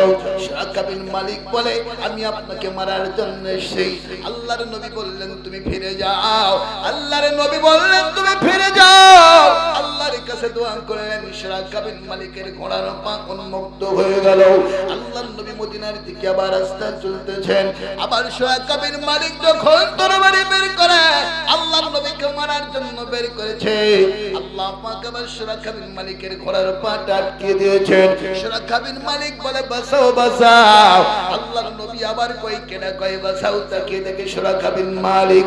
আল্লাহর নবী সুরাকা বিন মালিককে বলে, সুরাকা বিন মালিক রে, এক নয় দুই নয় তিনটা বার তুমি আমাকে মারার জন্য উদ্যত হলা, কেন তুমি আমাকে মারতে চাও? সুরাকা বিন মালিক রে, আমি যে আল্লাহর নবী, এইটা কি তোমার বিশ্বাস হয় না? সুরাকা বিন মালিক বলে, আপনি আল্লাহর নবী বিশ্বাস হয়। আল্লাহর নবী কয়, তুমি কেন মারতে চাও? হযরত আবু বকর বলেন, আল্লাহর নবী আপনি হুকুম দিয়ে দিন সুরাকা বিন মালিকের মাথা আমি ধর থেকে বিচ্ছিন্ন করে দেব। আল্লাহর নবী বললেন, হযরত আবু বকরকে বললেন, দাঁড়াও, মাথা গরম করো না। ও সুরাকা বিন মালিক, বলো তুমি কেন আমারে মারতে চাও? সুরাকা বিন মালিক বলে, আপনাকে যদি মারতে পারি তাহলে মক্কার সব চাইতে তরুতাজা 100টা উট আমি পেয়ে যাব। আল্লাহর নবী বললেন, সুরাকা তুমি চলে যাও, মক্কায় চলে যাও, আমি আজকে তোমার জন্য ভবিষ্যৎবাণী দিয়ে দিচ্ছি, তুমি একদিন না একদিন পারস্য সম্রাটের মাথার স্বর্ণের মুকুট তোমাকে দান করা হবে, দিয়ে দেওয়া হবে। বলুন আল্লাহু আকবার। কিন্তু সুরাকা বিন মালিকের মন উঠলো না, এ তো বাকি ব্যবসা, যেমন আমরা করতে চাই না। নামাজ পড়ে কি হবে? যতক্ষণ নামাজ পড়বো ততক্ষণ একবারের কাজ করবো, এটা বাকি ব্যবসা। নগদ যেটা পাবো এটাই হলো আসল ব্যবসা। তো সুরাকা বিন মালিকের মন উঠে না। আল্লাহর নবী বললেন, তুমি পারস্য সম্রাটের মাথার স্বর্ণের মুকুট তুমি পেয়ে যাবে। কিন্তু সুরাকা বিন মালিকের মনটা খারাপ, বিপদে পড়ে এখন কি করবে, মারতেই পারলেন। এবার মদিনার দিকে, মক্কার দিকে ফিরে চলে আসলো। আল্লাহর নবীর ইন্তেকালের পর হযরত আবু বকর খেলাফতের দায়িত্ব নিলেন। হযরত আবু বকরের ইন্তেকালের পরে হযরত ওমর ইবনে খাত্তাব রাদিয়াল্লাহু, তিনি যখন অর্ধ জাহানের খেলাফতের দায়িত্ব নিলেন, 9 মাস 3 দিন পরে পারস্য সম্রাটের সঙ্গে যুদ্ধ সংগঠিত হলো। ওই যুদ্ধে পারস্য সম্রাটকে পরাজিত করে আমিরুল মুমিনিন ওমর ইবনে খাত্তাব রাদিয়াল্লাহু ওই মাথার স্বর্ণের মুকুটটা ছিনিয়ে নিয়ে আসলেন, গনিমতের মালে শামিল হয়ে গেল। নিয়ে আসার পরে মদিনায় এসে হযরত ওমর ইবনে খাত্তাব রাদিয়াল্লাহু বলছেন, কি আসো, এই মুহূর্তে তোমরা মক্কা আর মদিনা দুই দেশের ভিতরে সবচাইতে একজন লোভী মানুষ আছে, যার নাম সুরাকা বিন মালিক। সুরাকা বিন মালিককে তোমরা ধরে নিয়ে আসো। সাহাবীরা মনে করলেন মনে হয় কোনো অপরাধ আছে, শাস্তি হবে। তখন সুরাকা বিন মালিক মুসলমান অবস্থায় ছিলেন। আল্লাহ রাসূলকে যখন মারতে পারলেন না, ফিরে আসলেন। আসার পরে যখন মক্কা বিজয় হলো, তখন তিনি ইসলাম কবুল করেছিলেন, মুসলমান হয়েছিলেন। কিন্তু এরপরও হযরত ওমর বলছেন, সবচাইতে লোভী মানুষ মক্কা মদিনার সুরাকা বিন মালিক আমার কাছে নিয়ে আসো। যখন নিয়ে আসা হলো সুরাকা বিন মালিককে, হযরত ওমর ইবনে খাত্তাব রাদিয়াল্লাহু ওই স্বর্ণের, পারস্য সম্রাটের স্বর্ণের মাথার মুকুট, যার ওজন ছিল 12.5 কেজি। বলুন আল্লাহু আকবার। এত দামি মাথার মুকুট হযরত ওমর সুরাকার মাথায় পরে দিলেন। লা ইয়ানজুরু হাজাত, হযরত ওমর ওই মাথার মুকুটের দিকে, তাজের দিকে তাকালেন না। সুরাকা বিন মালিক বলে, লা ইয়ানজুরু হাজাত, ও আমিরুল মুমিনিন ওমর ইবনে খাত্তাব রাদিয়াল্লাহু, কেন তুমি এত দামি স্বর্ণের মুকুট আমার মাথায় পরিয়ে দিলা, কিন্তু তুমি একবার নজর দিয়ে দেখলে না? এইবার হযরত ওমর বলে, সুরাকা বিন মালিক রে, আল্লাহর নবী তোমাকে একটা ভবিষ্যৎবাণী দিয়েছিল, তুমি আমার নবীকে মারতে গিয়েছিলে, তোমাকে আমার নবী বলেছিল, সুরাকা বিন মালিক রে, একদিন না একদিন তোমাকে পারস্য সম্রাটের মাথার মুকুট দিয়ে দেওয়া হবে। আজকে আমার রাসূলের ভবিষ্যৎবাণী আমি পালন করতে পেরেছি। একজন মুসলমানের জন্য আল্লাহ রাসূলের ভবিষ্যৎবাণী পালন করার চাইতে বড় কোনো আর আনন্দের বিষয় নাই। সুরে সুরে বলুন মারহাবা, লিল্লাহি তাকবীর। আপনারা জিমে গেছেন নাকি? খারাপ লাগতেছে? ছেড়ে দিই, চলবে। ওই যে আসহাবে কাহাফের ওটা বলবে ইনশাআল্লাহ। একবার একটু ঝাঁকি দিয়ে তাকবীর দিয়ে ঘুমটা একটু ছুটিয়ে নেন। লিল্লাহি তাকবীর, লিল্লাহি তাকবীর, লিল্লাহি তাকবীর। দিন ইসলাম, দিন ইসলাম বাঁচতে হবে। যদি কারোর সঙ্গে তুমি শত্রুতা করো, তাহলে তোমাকে আল্লাহর জন্য শত্রুতা করতে হবে। কিভাবে? আপনার যতই প্রিয়জন হোক না কেন, যদি ইসলামের বিরুদ্ধে থাকে, ইসলামের বিরোধিতা করে, আপনি তার সঙ্গে বন্ধুত্বানি করতে পারবেন না, আপনি তার সঙ্গে শত্রুতায় রূপ নিতে হবে। আল্লাহ রাসূল বলছেন দান করলে আল্লাহর জন্যই করতে হবে। যদি বখিল হন তাহলে আবার আল্লাহর জন্যই বখিল হতে হবে। এর মানে আপনি দান করতে হবে আল্লাহর চয়েসকৃত জায়গায়। আল্লাহ যেইগুলো জায়গায় দান করার জন্য বলেছেন ওখানে করতে হবে, যেখানে নিষেধ করেছেন ওইখানে আপনি দান করতে পারবেন না, ওখানে বখিল হতে হবে আল্লাহর জন্য। বলেন কার জন্য? আমার ভাইয়েরা, আল্লাহ রাব্বুল আলামিন কুরআনুল কারীমের ভিতরে 7 জন যুবকের কাহিনী বর্ণনা করেছেন। তাদের অপরাধ ছিল ওই রকম, ওরা আল্লাহর প্রতি ঈমান এনেছিল। রোম বংশীয় 7 জন যুবক, সেই সময় রোমের সম্রাট, সেই সময়ে আপনার রোমের রাজা নাম ছিল দাকিয়ানুস। এই দাকিয়ানুসের সময় মানুষদেরকে জোর করে মূর্তি পূজা করিয়ে নেওয়া হতো, দেবতার নামে পশু জবাই করানো হতো, আর প্রত্যেক বছর একটা দিন তারা আনন্দ উদযাপন করত, মেলা উদযাপন করত, ঈদ উদযাপন করত। হযরত ইবনে আব্বাস রাদিয়াল্লাহু থেকে বর্ণিত, তিনি বলছেন ঠিক সেই মুহূর্তে বছরে যে দিন ঈদ উদযাপন করা হতো, ওই দিনে মানুষগুলো তারা গরু ছাগল নিয়ে যেত, দেবতার নামে দেবীর নামে কুরবানি করত, আর মূর্তির কাছে গিয়ে মাথা নত করে সজদা করত। ওইখানে 7 জন যুবক 7টা গোত্র থেকে 7 যুবক ছিল, ওরা বংশীয় যুবক, 7 গোত্র থেকে ওরা মেলায় চলে আসছে। মেলায় আসবার পর এরা যখন মেলায় প্রদর্শনের ভিতরে ঢুকলো, ঢোকার পরে দেখতেছে ওরা দেবীর নামে বলে দিচ্ছে, ওখানে দেবীর কাছে মাথা নত করে সজদা দিচ্ছে। 7 জন যুবকের ভিতরে ওদের একটা যখন মনের ভিতরে একটা কল্পনা আসলো, এই যে কাজটা করতেছে এটা কোনো মুসলমান করতে পারে না, এই কাজটা তো যারা করে তারা মুশরিক হয়ে যায়, আল্লাহর সঙ্গে শিরিক হয়ে যায়, আর এই কাজের একমাত্র উপযুক্ত হলো মহান আল্লাহ। জোরে বলুন আল্লাহু আকবার। এই 7টা যুবক যখন বসে বসে এরা মনে মনে কল্পনা করে, এখন আমরা কি করব, আমাদের কি করণীয় রয়েছে। আল্লাহ রাব্বুল আলামিন কুরআনুল কারীমে বলেন, নাহানু নাকুসু আলাইকা নাবাআহুম বিল হক ইন্নাহুম ফিতয়াতুন আমানু বিরাব্বিহিম ওয়া জিদনাহুম হুদা। বলুন মারহাবা। আল্লাহ পাক বলছেন আমি ওই বৃত্তান্তগুলো, যুবকদের বৃত্তান্তগুলো বর্ণনা করছি যা ছিল হক সত্য। আল্লাহ পাক বলেন এই যুবকগুলো আল্লাহর প্রতি ঈমান আনয়ন করেছিল এবং সৎ পথে চলার জন্য আমি আল্লাহ তাদের ঈমানকে বৃদ্ধি করে দিয়েছিলাম।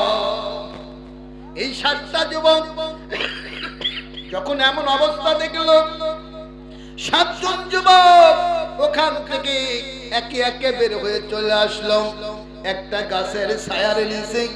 যুবকগুলো একে একে 7 যুবক এসে বসে পড়লো।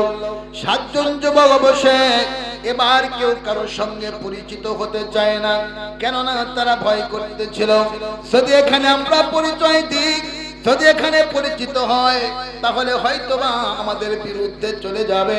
এদের পরিচয়গুলো এরা গোপন করতেছিল। এমন অবস্থা আল্লাহ পাক বলেন, এক যুবক বল, ভাই আমি আমার গোত্র থেকে পৃথক হয়েছি। যখন মেলায় গিয়েছিলাম, মেলায় যাওয়ার পরে যখন দেখলাম দেবীর নামে পশু জবাই করা হচ্ছে, দেবীর কাছে গিয়ে মাথা নত করা হচ্ছে, আমি দেখলাম এই কাজের একমাত্র উপযোগী হলো আমার আল্লাহ। দুনিয়ার কাউরি নামে পশু জবাই করা যায় না, দুনিয়ার কাউরি কাছে মাথা নত করা যায় না। এই জন্য করে আমি মেলা থেকে বের হয়ে গাছের ছায়ায় বসে আমি ভাবতেছি আমি আর পরিবারের কাছে ফিরে যাব না। একজন যখন বলল, তখন একে একে 7 জন যুবক তাদের কথাগুলো ব্যক্ত করলো। 7 তোমার একই দাবি, 7 তোমার একই মত, 7 জন একই আকীদায় প্রবল বিশ্বাসী। চিৎকার দিয়ে বলুন মারহাবা। এখন 7 যুবক বলছে, ভাই তাহলে কি করা যায়? আমরা তো 7 যুবক, তাফসীরের ভিতরে আসছে 7 জন যুবক কেউ তখনো বিবাহ করে নাই, তাদের বয়স 19 থেকে 20-এর কোটার ভিতরে ওদের বয়স। 7 যুবক এখন বলছে যে আমরা কি করব, আমরা এখান থেকে যদি পালিয়ে যাই তাহলে কেমন হয়, আর আমরা যদি এই দাওয়াতটা বাদশার কাছে পৌঁছে দিই তাহলে কেমন হয়। আল্লাহ পাক বলেন وَرَبَطْنَا عَلَى قُلُوبِهِمْ إِذْ قَامُوا فَقَالُوا رَبَّنَا رَبُّ السَّمَاوَاتِ وَالْأَرْضِ لَن نَّدْعُوَ مِن دُونِهِ إِلَٰهًا وَقَدْ قُلْنَا إِذًا شَطَطًا। চিৎকার দিয়ে বলুন আল্লাহু আকবার। কি কথা আল্লাহ পাক বলেন, এই যে যুবকগুলো 7 যুবক যখন এই পরিকল্পনা আটলো, পরিকল্পনা আটার পর আল্লাহ বলেন আমি অন্তরের ভিতরে ওইটারও গাঢ় করে দিলাম, আমার প্রতি যে ঈমান আনয়ন করলো ঈমানটারও বেশি প্রগাঢ় করে দিলাম। আল্লাহ পাক বলেন ওরা যখন উঠে দাঁড়ালো, দাঁড়ানোর পর তখন তারা বলল আমাদের প্রতিপালক তো হলেন তিনি, যিনি আসমান জমিনের প্রতিপালক। আল্লাহ বলছেন এরা দাঁড়িয়ে বলল যে আমাদের রব, আমাদের প্রতিপালক হলেন তিনি, যিনি আসমান এবং জমিনের প্রতিপালক। বলুন সুবহানাল্লাহ। আমরা যদি রব ছেড়ে অন্য কোন রব ধরি, এই রব ছাড়া অন্য কোন রবের যদি দাসত্ব করি তাহলে আমরা ক্ষতিগ্রস্তের ভিতরে পড়ে যাব। এইবার 7 যুবক মিলে বাদশার দরবারে চলে গেল। বাদশার দরবারে গিয়ে এবার বাদশাকে বলছে বাদশা শোনো, তুমি যে কাজগুলো করতেছো, সমাজের ভিতরে যেইটা প্রচলন করতেছো, এইটা একমাত্র আল্লাহর জন্যই করা যায়। মানুষদেরকে জোর করে মূর্তির কাছে মাথা নত করাচ্ছ, মানুষদেরকে জোর করে তার কাছে গিয়ে পশু জবাই করাচ্ছ, এইটা আল্লাহর জন্যই হয়, আল্লাহ ছাড়া পৃথিবীর কারোর জন্য হতে পারে। এইবার যখন বলল বাদশা তাদেরকে বন্দী করলো, বাদশা তাদেরকে অ্যারেস্ট করলো। আল্লাহ পাক বলেন وَإِذِ اعْتَزَلْتُمُوهُمْ وَمَا يَعْبُدُونَ إِلَّا اللَّهَ فَالْغَوْا إِلَى الْكَهْفِ يَنشُرُ لَكُمْ رَبُّكُمْ مِنْ رَحْمَتِهِ وَيُهَيِّئْ لَكُمْ مِنْ أَمْرِكُمْ مِرْفَقًا। আল্লাহ রাব্বুল আলামিন বলেন ওরা যখন এমন করলো, আল্লাহ পাক বলে এদেরকে আমি বললাম তোমরা যখন ওই বাপ দাদার দিনকে ত্যাগ করেছো, ধর্মকে তোমরা ত্যাগ করেছো, তো আজকে বাদশা তোমাদেরকে বন্দী করেছে, জেলখানার ভিতরে তোমাদেরকে আটকিয়ে দিয়েছে। আল্লাহ পাক বলেন তোমরা আর এখানে থেকো না, এখান থেকে বের হয়ে চলে আসো, গুহায় তোমরা আশ্রয় গ্রহণ করো। আল্লাহ পাক বলেন আমি আল্লাহ পাক তোমাদের প্রতি রহম করব, আমি আল্লাহ পাক তোমাদেরকে আশ্রয় দান করব। বলুন মারহাবা। আমার ভাইয়েরা কথার দিকে খেয়াল করেন, আল্লাহ রাসূলকে দেশ ছাড়তে হয়েছে একটাই কারণে, আল্লাহকে রব বলে ঈমান এনেছিল। সাহাবাদেরকে কষ্ট দেওয়া হয়েছে, জুলুম করা হয়েছে, অপরাধ ছিল, আল্লাহর প্রতি রব বলে ঈমান এনেছিল। এই 7 জন যুবক এদের অপরাধ ছিল, আল্লাহকে রব বলে বিশ্বাস করেছিল, ঈমান এনেছিল। এইবারে বাদশা হুমকি দিয়ে ফেলল আমি তোমাদেরকে হত্যা করব, আমি তোমাদেরকে জেলখানায় বন্ধ করে তোমাদেরকে মারব। এইরকম ভাবে যখন বাদশা তাদেরকে ভয় দেখাচ্ছিল, জেলখানার ভিতরে থেকে যখন 7 যুবকেরা পরামর্শ করতেছে এখান থেকে আমরা পালিয়ে যাব, আমরা গুহার গর্তের ভিতরে আমরা অবস্থান করব। 7 যুবক জেলখানার ভিতর থেকে যখন পাশিটা টপকায় বের হলো, বের হওয়ার পরে দেখতে পেল ওই বাদশার কুকুর সেখানে বসে আছে।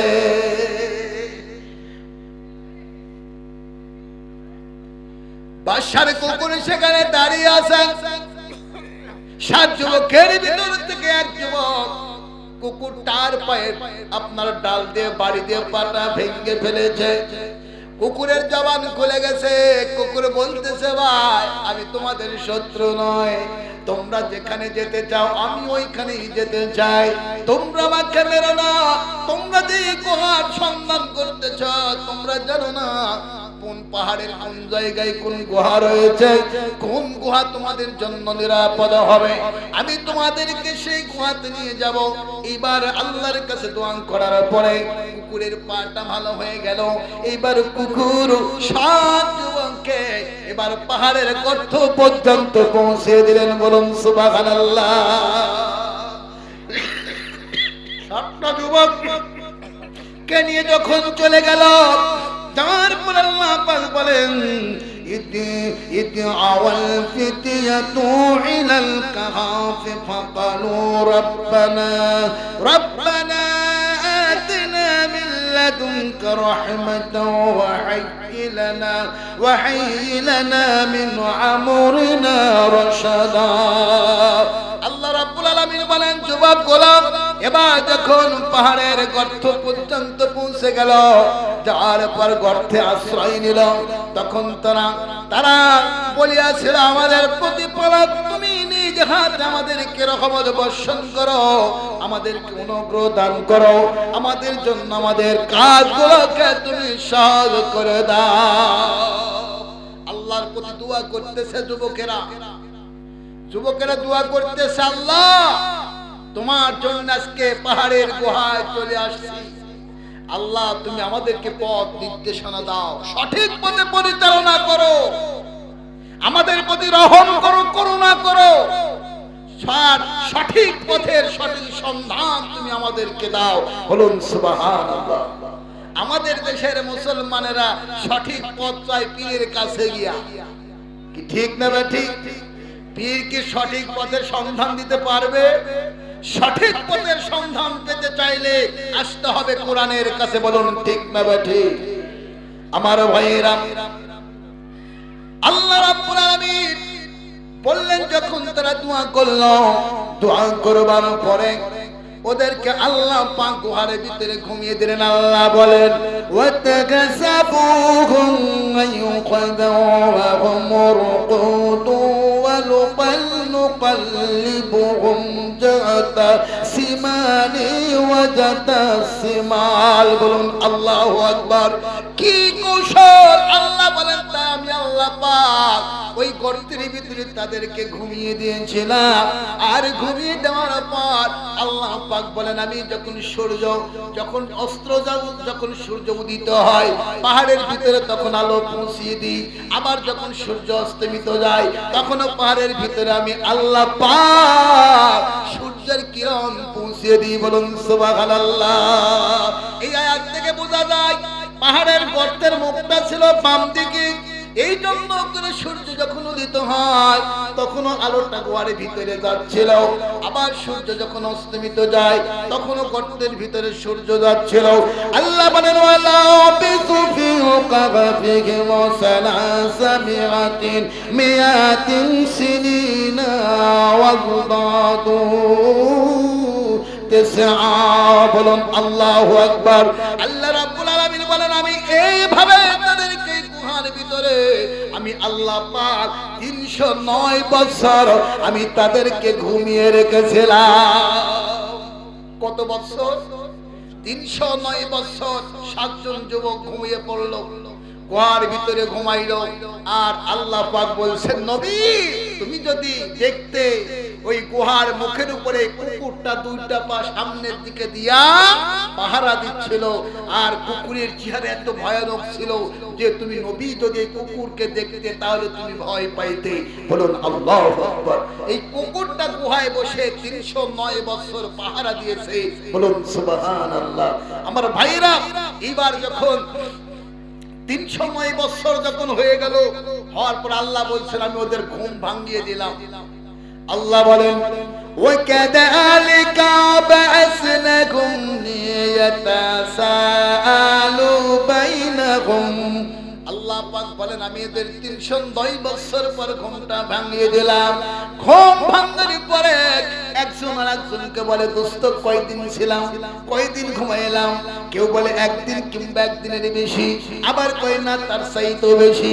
আল্লাহ কয়, ও দুনিয়ার মানুষ শুনলে, 309টা বছর তারা গুহার ভিতরে ঘুমাইলো, কিন্তু একটা শরীরের পশম বৃদ্ধি হয় না। যেই রকম তাদের নখ ছিল ওই রকমই ছিল, যেই রকম তাদের শরীরের পশম ছিল ওই রকমই ছিল। এইবার তিন বন্ধুর ভিতরে একজন বলছে আমরা বলতে পারবো না, কতকাল কতদিন ছিলাম এটা শুধু আল্লাহ পাক জানে। আমার ভাইরা আল্লাহ পাক জানেন। আল্লাহ পাক এবার বলছেন, আল্লাহ পাক বলেন ক্বালা ফাইলুম মিনহুম কাম লাবিস্তুম ক্বালু আবিসনা ইয়াওমা আও বা'দা ইয়াওমিন ক্বালু রাব্বুকুম আ'লামু লাবিস্তুম। মুমিনেরা কোনো বিষয় নিয়ে বাড়াবাড়ি করে না, যেখানে গিয়ে দেখা যায় এটা স্পষ্ট, মুমিনেরা সেইখানে বলে এটা আল্লাহ পাক সঠিক জানে। আমার কথা আপনারা বুঝতেছেন? আল্লাহ বলছেন যখন ওদের ভিতরে মতনৈক্য হলো তখন ওরা বলল যে এই ব্যাপারে আমরা কিছুই বলতে পারবো না। আমরা কতদিন যেখানে ছিলাম, কয় দিন কয় ঘন্টা, এটা আমার আল্লাহ শুধু জানেন, বলুন সুবহানাল্লাহ। এরপরে যখন তারা গোয়ার ভিতরে যাচ্ছিল, এক যুবকের পকেটে কিছু টাকা ছিল। এবার সাত বন্ধু মিলে বলছে, ভাই তোমার কাছে যে অর্থটা আছে এই অর্থটা নিয়ে তুই বাজারে যাও, আর বাজারে গিয়ে কিছু খাবার কিনে আনো। আল্লাহ বলেন فابعثوا وحدكم بوريقكم هذه إلى المدينة فلينظروا أيها أذقى طعما فليأتكم برزق منه وليتلطف ولا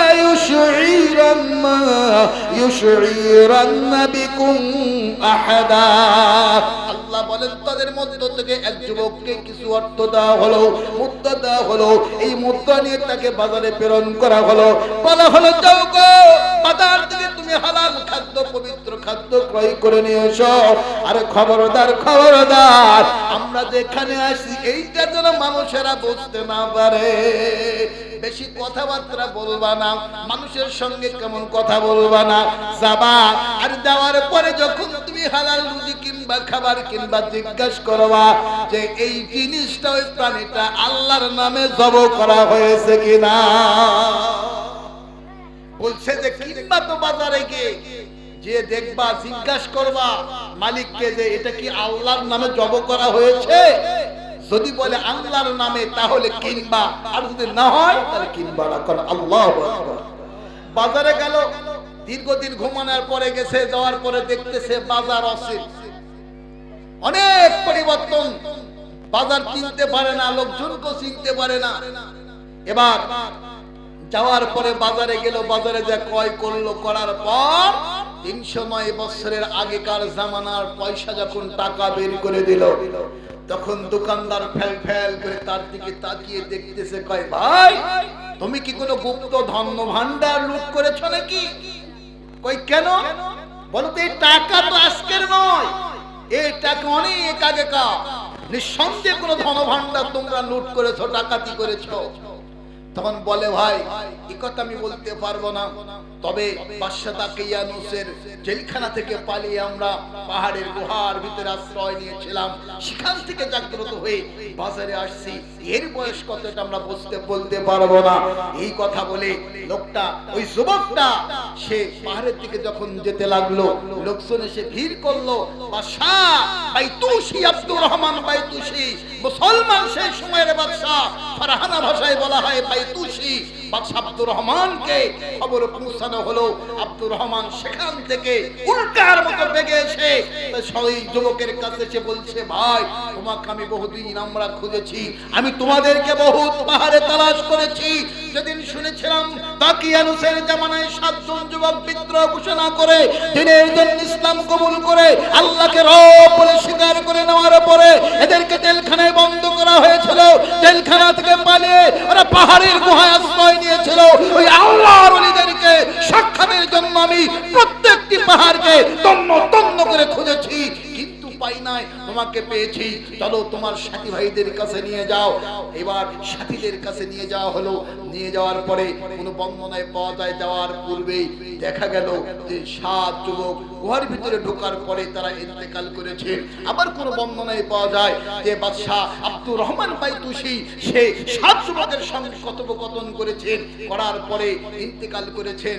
যখন মৃত্যুবরণ করলো, করার পরে এইবার ইসলাম আর কি বলে ইমানদার আর অইমানদার কাফেরের ভিতর আর একটা দ্বন্দ্ব দেখা দিল।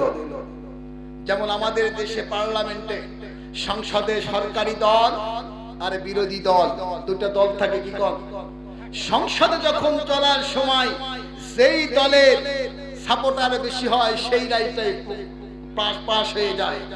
যখন বাদশাহ আব্দুর রহমান বাইতুশি বললেন যে আমরা ওই যেখানে পাহাড় ছিল পাহাড়ের পাশে আমরা মসজিদ তৈরি করতে চাই, কিছু কিছু লোক বলল যে আমরা ওখানে মসজিদ নয় মন্দির বানাইতে চাই, স্মৃতিসৌধ বানাইতে চাই। আল্লাহ বলেন وَكَذَلِكَ أَأْثَرْنَا عَلَيْهِمْ لِيَعْلَمُوا أَنَّا أَرْضَ اللَّهِ حَقٌّ أَنَّ سَاعَةَ لَا رَيْبَ فِيهَا إِذْ يَتَنَازَعُونَ بَيْنَهُمْ।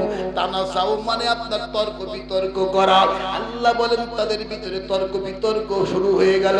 কেউ বলল আমরা ওখানে মসজিদ তৈরি করব, আবার কেউ বলল না এখানে স্মৃতিসৌধ তৈরি করব। আল্লাহ পাক বলেন যাদের দলটা মর্দ বলবৎ হলো, যাদের দলটা বেশি হয়ে গেল, ওরা তাদের রায়টা প্রতিপালন করলো। আল্লাহ বলেন মসজিদের পক্ষে যারা ছিল এরা বিজয় লাভ করলো, আর ওখানে মসজিদ তৈরি করা হলো। জোরে জোরে বলুন মারহাবা। আমার এতক্ষণের আলোচনা আমি যেটা বোঝাতে চেয়েছিলাম, আপনি যদি সত্যিকারের ইমানদার হন, আল্লাহর বান্দা হন, আপনার উপর জুলুমের জরিমানা আসবে। কথা বুঝেছেন? এরখানে আপনার মন খারাপ করার কোনো কারণ নাই। আল্লাহ রাসূল সাল্লাল্লাহু আলাইহি সাল্লাম বলছেন ইমানদারের উপর যত জুলুম আসে, নির্যাতন আসে, আল্লাহ ইমানদার ব্যক্তির সম্মান তত বেশি বাড়িয়ে দেন। যে কার বলুন আল্লাহু আকবার। আমার ভাইয়েরা, আর একটা দিক আমাদেরকে দেখতে হবে। আল্লাহ পাক নিষিদ্ধ করেছেন তার সঙ্গে বন্ধুত্বালি করা যাবে, সকলের সাথে বন্ধুত্বালি করা যাবে। আল্লাহ বলেন ইয়া আইয়ুহাল্লাযীনা আমানু লা তাত্তাখিদুল ইয়াহুদা ওয়ান নাসারা আউলিয়া বা'দুহুম আউলিয়া বা'দ ওয়া মান ইয়াতাওয়াল্লাহুম মিনহুম ফাইন্নাহু মিনহুম। চিৎকার দিয়ে বলুন আল্লাহু আকবার।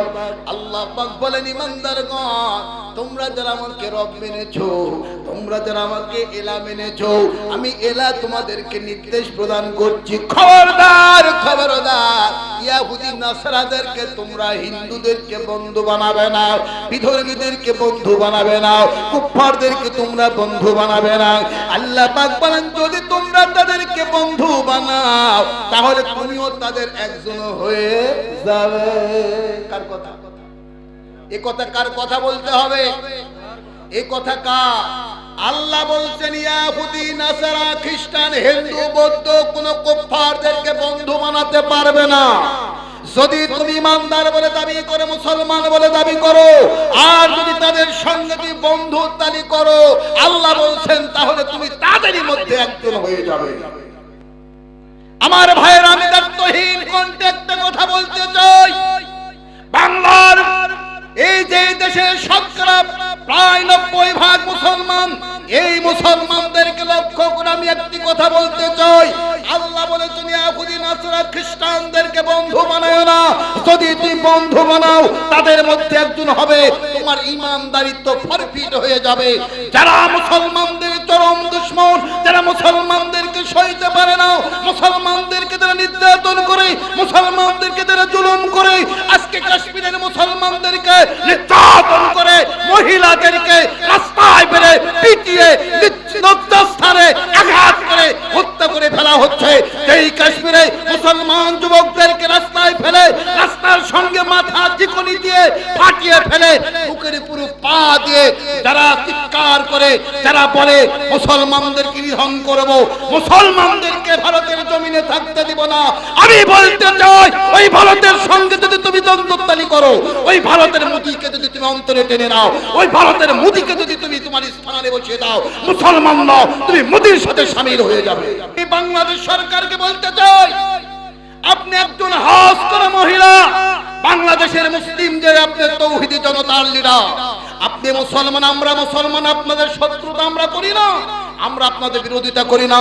মুসলমান হিসেবে, ইমানদার হিসেবে আপনার কাছে অনুরোধ জানাইতে চাই, যে ভারত বাংলাদেশকে সিটি মারতে চায়, যে ভারত বাংলাদেশকে সর্বদিক দিয়ে বিপদে ফেলতে চায়, যে ভারত মুসলমানদেরকে নির্যাতন করে, এর সঙ্গে আমাদের বন্ধুত্বের দরকার নয়। মুসলমান যদি হই, আল্লাহ বলেছেন তার সঙ্গে বন্ধুত্ব কাট করতে হবে, আর যদি করো তারই মধ্যে শামিল হয়ে যাবে। আমরা মুসলমান ছাড়া কোন তাগুতি শক্তিকে বন্ধু মানতে চাই।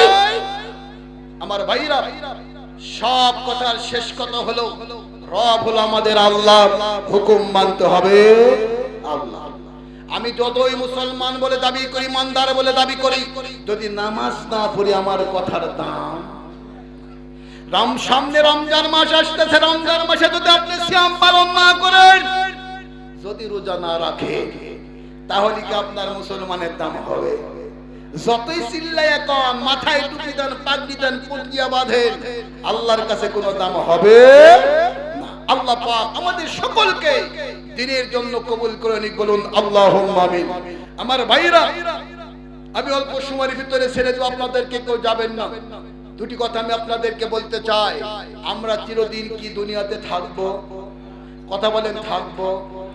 আল্লাহ রাসূল বলেছেন, বুদ্ধিমান ওই ব্যক্তি যেই ব্যক্তি বেঁচে থাকতে পরকালীন জিন্দেগির জন্য কামাই করে। আপনি মরে যাবেন, সব সম্পদ পড়ে থাকবে। আপনার এখানে হাফেজা মাদ্রাসা খুলেছেন, এটা আপনাদের জন্য একটা রহমত।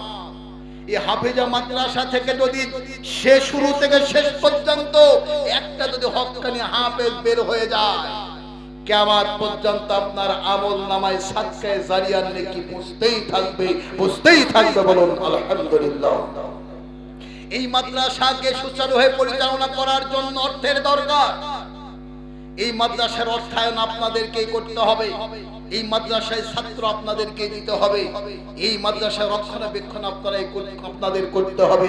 আল্লাহ রাসূল বলেছেন যে আমার সুন্নাতকে ভালোবাসলো সে আমাকে ভালোবাসলো, যে আমাকে ভালোবাসলো সে আমার সঙ্গে আল্লাহর জান্নাতে থাকবে, বলুন আলহামদুলিল্লাহ। আল্লাহ রাসূল বলেছেন কিয়ামতের দিন কোরআন যার পক্ষে সুপারিশ করবে, আল্লাহ পাক কোরআনুল কারীমের সুপারিশ মঞ্জুর করে তাকে জান্নাতে নেবেন, বলুন আলহামদুলিল্লাহ। কোরআন যার বিরুদ্ধে আল্লাহর কাছে বিচার দায়ের করবে, এই কোরআন তাদেরকে জাহান্নাম পর্যন্ত পৌঁছিয়ে দিবেন।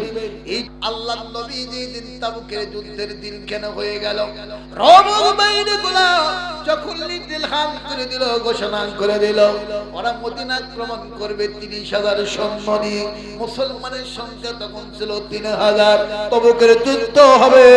আল্লাহর নবী সাল্লাল্লাহু আলাইহি সাল্লাম বললেন, কি আছো গো, তাবুকের যুদ্ধের জন্য তোমাদের দান করতে হবে। যে যা পারে কেউ দিল আপনার 900টা ইট, উট পর্যন্ত আসলো, সম্পদের অর্ধেক আসলো, সম্পদের 3 ভাগের 2 আপনার 4 ভাগের 3 ভাগ আসলো। কেননা সম্পন্ন স্বল্প নিয়েছে, আল্লাহর নবীকে বললেন বাড়িতে আল্লাহ রাসূল সারার কিছু রেখে আসে নাই। সবার শেষে একজন গরিব মানুষ, হাতে একটা রয়েছে পোটলা, পোটলার ভিতরে ছিল খেজুর। আল্লাহর নবী জিজ্ঞেস করলেন, কে গো, গতকাল তুমি দাঁড়িয়ে ছিঁড়ে চলে গেলাও, আজকে আবার তুমি দাঁড়িয়ে রয়েছো। লোকটা চোখের পানি ছেড়ে দিয়ে কাঁদে আর বলে, হুজুর গো, গতকাল আমি এসেছিলাম খাজুরটুকু দান করার জন্য, আমি সারাদিন হাড় ভাঙ্গা পরিশ্রম করে যতটুকু খেজুর পেয়েছিলাম, এই খেজুরটা তাবুকের যুদ্ধের জন্য দেওয়ার জন্য আসছিলাম, কিন্তু আমি বাড়িতে অভাবের কারণে ওইটা দিতে পারি নাই, ঘুরে গিয়েছি। আজকে সারা রাত ধরে আমি কামলা দিয়েছি, দেওয়ার পরে আমি এতটুকু খেজুর পেয়েছি। বাড়িতে আমার সন্তান না খেয়ে রয়েছে, আমার স্ত্রী না খেয়ে রয়েছে, সন্তান কাঁদে গো। আল্লাহর নবী গো, তাবুকের জন্য আপনি দান চেয়েছেন, আমি গরিব মানুষ, এতটুকু খেজুর দিনের জন্য দান করলাম। আল্লাহর নবী খেজুরের টুকরাটা দানের স্তূপের উপর ঢেলে দিলেন, পর আল্লাহ নবী বললেন সাহাবীরা দেখো তোমরা যে যতই দান করেছো এই দানগুলোর মধ্যে আল্লাহর কাছে সবচেয়ে সম্মানিত দান এই গরিব মানুষের সামান্য খেজুর। কি কথা, সামান্য খেজুর আল্লাহ রাসূল বললেন কেন না বাড়িতে না খেয়ে সেই খেজুরটা দান করেছে। বলুন সুবহানাল্লাহ। তবে আবার যেখানে সেখানে আবার ইনশাআল্লাহ মারে তাহলে আবার বেকায়দা। এক লোক ঘোড়া কিনতে যাচ্ছে, তো যাওয়ার সময় এক কাঠমোংলার সাথে দেখা। কই চাচা কই যাও? কই যাচ্ছি হাটে ঘোড়া কিনতে। কই চাচা তুমি ইনশাআল্লাহ বললে না যে? কই আমার টাকাতে ঘোড়া কিনবো ইনশাআল্লাহর বালা কি। হাটে চলে গেছে, হাটে যাওয়ার পরে ঘোড়া কিনছে, পকেটে হাত দিয়ে দেখছে টাকা নেই, চুরে নিয়ে নিছে। তখন চিন্তা করে শালা কাঠমোংলা কইছিল ইনশাআল্লাহর কথা, তেছে কি ইনশাআল্লাহ হারিয়ে গেছে। ইনশাআল্লাহ আসছে, আসার পরে কই চাচা তোমার ঘোড়া কই? তো কয় বাবা তুমি বলছিলে যাওয়ার সময় ইনশাআল্লাহর কথা, তো ঘাটে গেলাম ইনশাআল্লাহ, ঘোড়া কিনলাম ইনশাআল্লাহ, টাকা পকেটে হাত দিয়ে দেখতেছি টাকা নাই ইনশাআল্লাহ, বাড়িতে ঘুরে আসলাম ইনশাআল্লাহ। আল্লাহ রাসূল সাল্লাল্লাহু আলাইহি সাল্লাম বলেছেন যে নারী এই পৃথিবীর জিন্দেগিতে 4টা আমল করবে। কয়টা আমল? 4টা আমল করবে। আল্লাহ রাসূল বলেছেন তার জন্য কিয়ামতের দিন আল্লাহ জান্নাতের 8টা দরজা খুলে রাখবেন। বলুন আলহামদুলিল্লাহ। মায়েরা বোনেরা, 1 নাম্বার মা, আল্লাহ রাসূল বলেন গো সেই নারী দিনে 5 ওয়াক্ত ফরজ সালাত আদায় করবে। 2 নম্বরে মা, আল্লাহ রাসূল বলেন রমজান মাসে 1 মাস ফরজ রোজা রাখবে। 3 নম্বরে সতীত্বের হেফাজত করবে, পর্দানিশীন হবে। 5 নম্বর স্বামী থাকলে স্বামীর খেদমত করবে। আল্লাহ নবী বলেন এই 4টি আমল যে নারী করবে এর জন্য জান্নাত 8টা দরজা খুলে রাখা হবে। আল্লাহ শহীদুল ভাইয়ের ছেলে শাহিদ, আল্লাহ প্রতি মাসে 200 টাকা দেওয়ার ইজাজত দিয়েছে। আল্লাহ তুমি তার দান কবুল মঞ্জুর করো, আমিন। আল্লাহ বকুল ভাই বিদেশি মানুষ, আল্লাহ প্রতি মাসে 300 টাকা দেওয়ার ইজাজত দিয়েছে। আল্লাহ ভাই বকুলের দান কবুল করে নাও। আল্লাহ প্রবাসী জীবনের বালা মুসিবত দূর করো। আল্লাহ জান্নাতি মানুষ কবুল করো, আমিন। আমার মায়েরা বোনেরা, আপনাদেরকে পর্দানিশীন হতে হবে মা। আল্লাহ পাক কুরআনুল কারীমে বলেছেন সেই নারী যখন রাস্তায় বের হবে, যে রমণী বের হওয়ার সময় যখন তার শরীরটাকে আবৃত করবে, পর্দানিশীন হয়ে বের হবে, আল্লাহ পাক বলেন বান্দিনী এই দুনিয়াতে তোমার কোনো সেফটির প্রয়োজন হবে না, ইফতিজেনের আইন করার দরকার হবে না, আমি আল্লাহ পাক নিজেই তোমার সেফটি দিয়ে দেব। বলুন সুবহানাল্লাহ। আল্লাহ বলেছে যে যদি কোনো নারী বাড়ি থেকে যখন বের হবে সে পর্দানিশীন অবস্থায় হিজাব পরে যদি সে সুন্দরভাবে রাস্তায় বের হয়, আল্লাহ পাক বলছেন দেখলেই যেন বোঝা যায় এটা একটা মুমিনা নারী। এইরকম ভাবে যে নারীগুলো বের হবে, আল্লাহ পাক বলছেন আমি আল্লাহ পাক এই দুনিয়াতে তার জন্য আমি পুরুষের উপদ্রব থেকে নিরাপত্তা দান করব। বলুন আলহামদুলিল্লাহ। সহিহ হাদিসে পাওয়া যায় আল্লাহ রাসূল সাল্লাল্লাহু আলাইহি সাল্লাম বলেছেন যখন কেউ কোনো দোয়া করতে চায় 2 রাকাত নফল সালাত আদায় করতে হয়। 2 রাকাত নফল সালাত আদায় করে আল্লাহর কাছে দোয়া করলে দোয়া কবুল হয়। অন্য হাদিসে পাওয়া যায় আল্লাহ রাসূল সাল্লাল্লাহু আলাইহি সাল্লাম কিছু অনেকগুলো দোয়া রয়েছে, দোয়াগুলো করে দোয়া করলে দোয়া কবুল হয়। আর কোন সময় দোয়া করলে কবুল হয়, আল্লাহ রাসূল সাল্লাল্লাহু আলাইহি সাল্লাম বলেছেন সুলুসুল লাইল, রাত্রির 3য় ভাগ, রাত্রির 3য় ভাগে দোয়া করলে দোয়া কবুল হয়, অর্থাৎ তাহাজ্জুদের সময়। আর একটা ফরজ সালাতের পর, ফরজ সালাতের পর আর তাহাজ্জুদের সালাতের সময় দোয়া করলে দোয়া কবুল হয়। মিনাশ শাইতানির রাজীম, বিসমিল্লাহির রাহমানির রাহিম,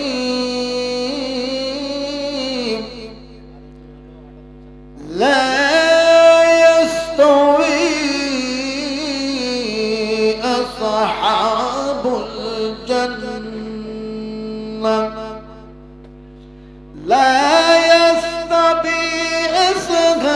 النار وأصحاب الجنة أصحاب الجنة هم